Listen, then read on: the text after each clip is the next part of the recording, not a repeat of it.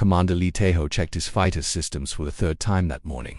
The small cockpit of his ship, the Taegok, felt warm and safe around him. Outside, the black void of space stretched in all directions, filled with distant stars that looked like tiny diamonds. Taeho had been flying patrol missions for 5 years now. Most days were quiet and boring. He would fly his route, check for problems, and return to base. Today felt different though. Something in the air made him nervous, like the feeling before a big storm. His radio crackled to life. "Commander Lee, do you copy?" The voice belonged to Lieutenant Choi Hiram back at Frontier Station Omega. "I copy, Lieutenant." "What's going on?" Taeho asked, adjusting his headset. "Admiral Park Soo-jin needs to speak with you right away. It's urgent." Taeho's stomach dropped. Admiral Park never called unless something was very wrong. "Put her through." The radio went quiet for a moment. Then Admiral Park's stern voice filled his cockpit. "Commander Lee, we have a serious problem. Our long-range sensors just picked up something big heading toward New Busan." New Busan, Taeho's home colony. 2.5 million people lived there, including his sister and her family. "What kind of problem, Admiral?" "A Relonian Empire fleet. 47 ships, including 3 dreadnoughts. They're moving fast and heading straight for the colony." Taeho felt his blood turn cold. 47 ships. The biggest human fleet had maybe 20 ships on a good day. 3 dreadnoughts meant the aliens were serious about destroying everything in their path. "How long until they reach New Busan?" he asked. 6 hours, maybe less. "Commander, I need you to listen carefully. All our other ships are too far away. The nearest fleet won't arrive for 3 days. You're the only one in position to do anything." Taeho looked at his control panel. 1 small fighter against 47 warships. It sounded like a bad joke. "Admiral, you can't be serious. What can 1 fighter do against a whole fleet?" "I don't know," Admiral Park said quietly. "But those are civilians down there, families, children. If we don't try something, they'll all die." Taeho closed his eyes and thought about his sister Minyoung. She taught school on New Busan. Her 2 kids, little Woojin and baby the Yoon, were probably playing in their backyard right now. They had no idea death was coming for them from the stars. "What about evacuation?" he asked. "Already started, but there's not enough time. Maybe we can get 500,000 people off-world if we're lucky. The rest." Admiral Park's voice trailed off. Taeho opened his eyes and stared at the star map on his screen. A red dot showed the alien fleet getting closer to New Busan every minute. His fighter was just a tiny blue dot, alone in the darkness. "Commander," Admiral Park continued, "I won't order you to do this. It would be suicide. But if you can delay them, even for a few hours, more people might escape." "Delay them?" Taeho almost laughed. "How do you delay 47 warships with 1 fighter?" It was like trying to stop a mountain with a pebble. But then he remembered his grandfather's stories. Grandfather had been a pilot in the old Korean War, back on Earth. He used to tell Taeho about fighting impossible battles against enemy forces that outnumbered them hundreds to 1. Sometimes, his grandfather had said, one person has to stand up to an entire army. Not because they can win, but because someone has to try. That's what makes us human. Taeho looked at a picture taped to his control panel. It showed him and his sister at last year's Harvest Festival on New Busan. They were both smiling, holding cups of rice wine and laughing at something silly. Behind them, children ran through the streets, playing and shouting with joy. Those children would be dead in 6 hours if he did nothing. Admiral Taeho said, his voice steady now.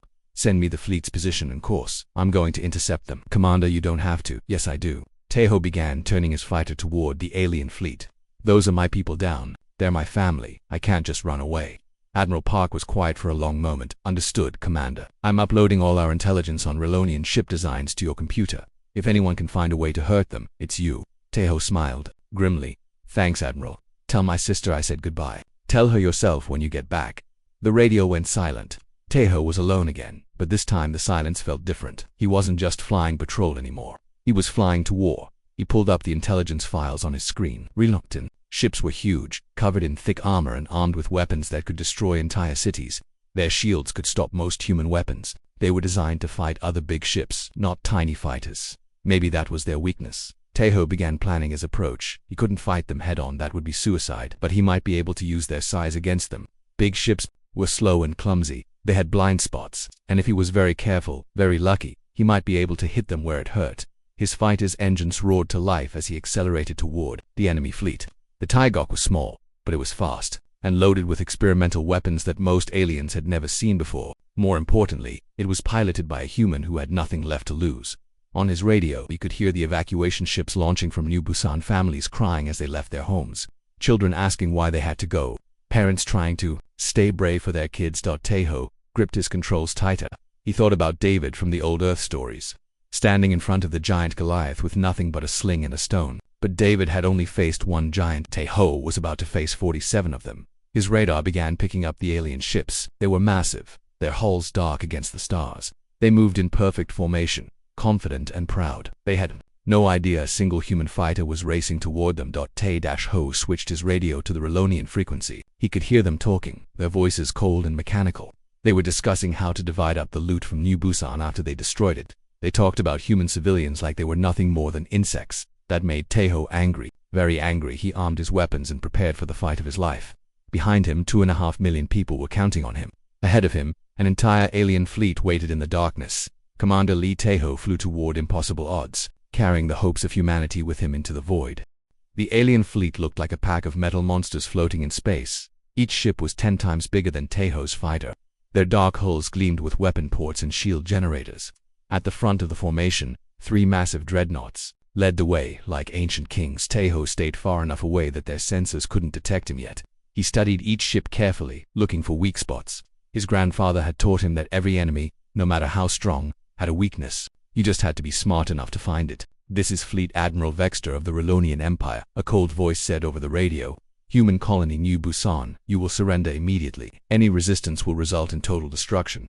Tay-Ho switched his radio to reply. "This is Commander Lee Tay-Ho of the Terran Defense Force.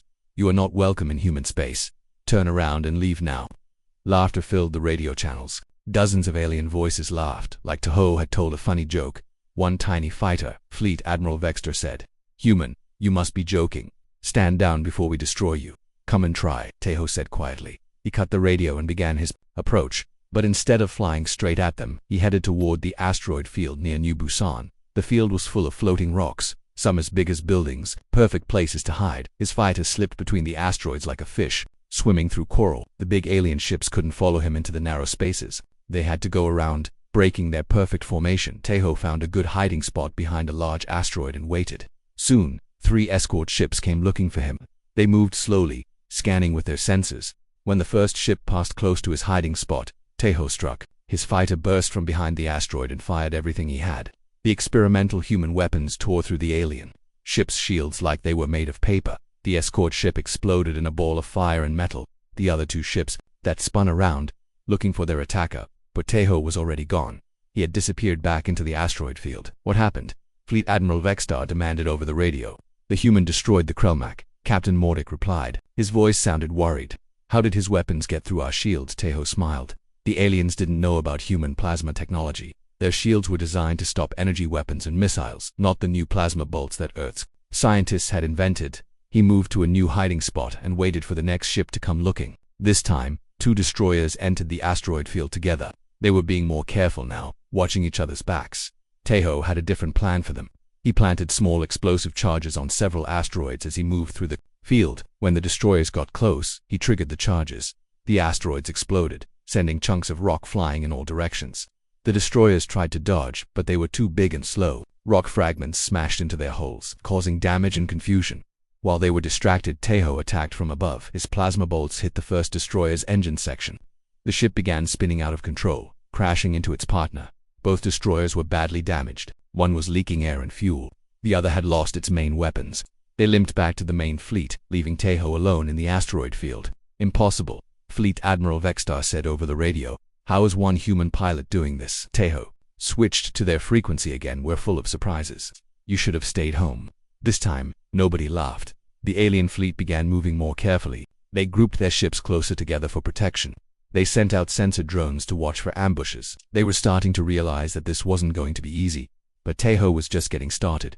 He had noticed something important about the way they flew. The aliens always stayed in perfect formation. They followed rules and patterns. Humans didn't fight that way. Humans were unpredictable. Tay-Ho began playing games with them. He would appear on their sensors, let them chase him, then vanish again. He led them in circles through the asteroid field. He made them waste fuel and ammunition shooting at shadows and false targets. Engineer Yoon Jae-min's voice crackled over Tay-Ho's personal radio channel. "Commander, I've been monitoring your fight from the station. I'm sending you some new weapon modifications. Upload them to your fighter's computer." "Thanks, Yoon." "What do they do?" "They'll let your plasma bolts bounce off metal surfaces. You can shoot around corners now." Tay-Ho grinned. "Perfect." He found a large cruiser that had separated from the main group. The ship was hunting for him, moving slowly between the asteroids. Tay-Ho positioned himself behind a large rock and fired. His plasma bolt hit the asteroid, bounced off its metal core, and struck the cruiser from the side. The bolt punched through the ship's armor and hit something important inside. The cruiser's lights went out. Engine room destroyed. Someone reported over the alien radio. We're dead in space. Captain Mordic's voice was angry now. All ships, new orders, stay together. Don't chase the human into the asteroids. We'll wait for him to come to us. But Tejo had other ideas. He began targeting their communication satellites and sensor probes. Each shot was carefully planned. He would appear long enough to destroy a target, then disappear before they could respond. Soon the alien fleet was blind and deaf. They couldn't talk to each other properly. They couldn't see what was coming. They were scared. This is not how battles are supposed to work, Captain Mordic said over the radio. Welcome to fighting humans, Tejo replied. He had destroyed 6 ships and damaged many more. But there were still 41 ships left, including those 3 massive dreadnoughts. The real fight was just beginning. Tejo looked at his fuel gauge. He was using a lot of energy flying these attack patterns. His weapons were getting hot from constant firing. His fighter was small and tough, but it wasn't built for this kind of long battle. He needed a bigger plan, something that would hurt all of them at once. As he hid behind another asteroid, Tejo studied the alien formation again. They were bunched up now, scared and trying to protect each other. Their fear was making them predictable, and predictable enemies were dead enemies. Fleet Admiral Vextar stared at his tactical display in disbelief. 6 ships lost, 12 more damaged, and they still hadn't managed to hit the human fighter even once. His perfect formation was falling apart, and his crew was getting nervous. Sir, Subcommander Krelian said quietly, perhaps we should reconsider our approach. This human is not fighting like our intelligence reports said humans would fight. One pilot cannot defeat an entire fleet, Vextar snarled. It's impossible. But deep down, he was starting to worry. The humans seemed to know exactly where to hit them. Every attack targeted their weakest points. It was like the pilot could read their minds. Tejo was thinking the same thing from his hiding spot in the asteroids. The aliens were predictable, because they followed military rules. They had been taught that battles were fought by big fleets against other big fleets. They didn't know how to deal with one small, fast enemy that refused to follow the rules. He switched on his radio and began playing music. Old Korean folk songs filled the alien communication channels. The songs were about brave warriors fighting against impossible odds. They were about never giving up, even when death seemed certain. What is that noise? Captain Mordic asked. Human war songs, Vextar replied. They're trying to intimidate us. But Tejo wasn't trying to intimidate anyone, the music reminded him of home. It reminded him why he was fighting. Sister Minyoung used to sing these songs when they were children. Now she was down on New Busan with her family, waiting to see if her brother could save them. Lieutenant Choi Hiram's voice came over his personal radio. Commander, the evacuation is going better than expected. We've got almost 1 million people off-world already, but we need more time. How much more time? Tejo asked. At least 4 more hours for everyone else. 4 hours. Tejo looked at his fuel gauge again. He might have enough power for 2 more hours of fighting, if he was careful. He needed to make every shot count. He began using new tactics. Instead of attacking the ships directly, he started targeting their supply lines. He destroyed fuel tankers, ammunition ships, and repair vessels. The big warships were strong, but they needed supplies to keep fighting. The aliens tried to protect their supply ships by surrounding them with escorts, but that just made bigger targets for Tejo to hit. He would attack one side of a group, then circle around and hit the other side while they were turning to face his first attack. He's everywhere at once, one alien captain said over the radio. How is he moving so fast? Another asked. Tejo smiled. His fighter was small, but that was also much faster than their big ships. He could accelerate and turn in ways that would tear apart a larger vessel. The aliens were flying ships built for space battles between fleets. Tejo was flying a ship built for dogfights. He decided to try something really dangerous. One of the dreadnoughts had moved away from the others to get a better angle on the asteroid field. If Tejo could get close enough, he might be able to plant charges on its hull. He flew his fighter toward the massive ship, staying low and using every bit of cover he could find. The dreadnought was as big as a city, bristling with weapons and sensors, but it was also slow and couldn't turn quickly. Tejo approached from below, where most of the ship's weapons couldn't reach him. He flew along the hull, barely meters away from the metal surface. Up close, he could see alien crew members looking out through windows, their strange faces pressed against the glass. He planted explosive charges at key points along the ship's hull: engine mounts, weapon turrets, sensor arrays. Each charge was small, but placed in exactly the right spot to cause maximum damage. When he was done, Tejo flew away from the dreadnought and triggered the charges. Explosions rippled along the ship's hull like firecrackers going off. The massive vessel shook and began listing to one side. Dreadnought Vex Malar is heavily damaged, someone reported. Main engines offline, multiple hull breaches. Fleet Admiral Vextar's voice was full of rage. All ships, focus fire on the asteroid field. Destroy every rock if you have to. I want that human pilot dead. The alien fleet began firing everything they had at the asteroids. Energy beams and missiles turned rocks into dust and vapor. The entire field lit up like a deadly fireworks show. But Tahoe was no longer hiding in the asteroids. While they were shooting at empty rocks, he had circled around behind them. Now he was attacking their rearguard, picking off ships that had turned away to fire at the asteroids. "He's behind us," Captain Mordick shouted. By the time they turned around, Tahoe had destroyed 2 more escort ships and disappeared again. The aliens spun in circles, trying to figure out where he would attack next. "This is madness," Sub-Commander Krelian said. "We're being hunted by our prey." That was exactly right. Somewhere during the battle, the roles had reversed. The mighty alien fleet was no longer the hunter. They were being stalked by a single human pilot, who seemed to be everywhere and nowhere at the same time. Tahoe checked his ammunition. He was running low on plasma bolts, but he still had his emergency weapons. More importantly, he had noticed something about the alien formation. In their fear and confusion, they were making a big mistake. They were bunching up together, trying to protect each other, but that just made them a bigger target, and Tahoe had one more trick up his sleeve. Captain Kim Do-eun watched the battle from his frigate Soul's Pride. Still 3 hours away from New Busan on his tactical display, he could see one small blue dot dancing around dozens of red enemy ships. It seemed impossible, but Commander Lee was actually winning. "Sir," his weapons officer said, "we're receiving a transmission from Commander Lee. Put him through." Tahoe's voice crackled over the radio.com despite the chaos of battle. "Captain Kim, I need you to do something for me. When you arrive, don't attack the aliens directly. Wait for my signal, then hit them from the opposite direction." "Understood, Commander. What's your plan?" "I'm going to give them the biggest surprise of their lives." For the past hour, Tahoe had been doing more than just attacking alien ships. He had been herding them like a sheepdog moving a flock. Every attack, every feint, every disappearing act had been carefully planned to push the enemy fleet into a specific position. Now, they were exactly where he wanted them.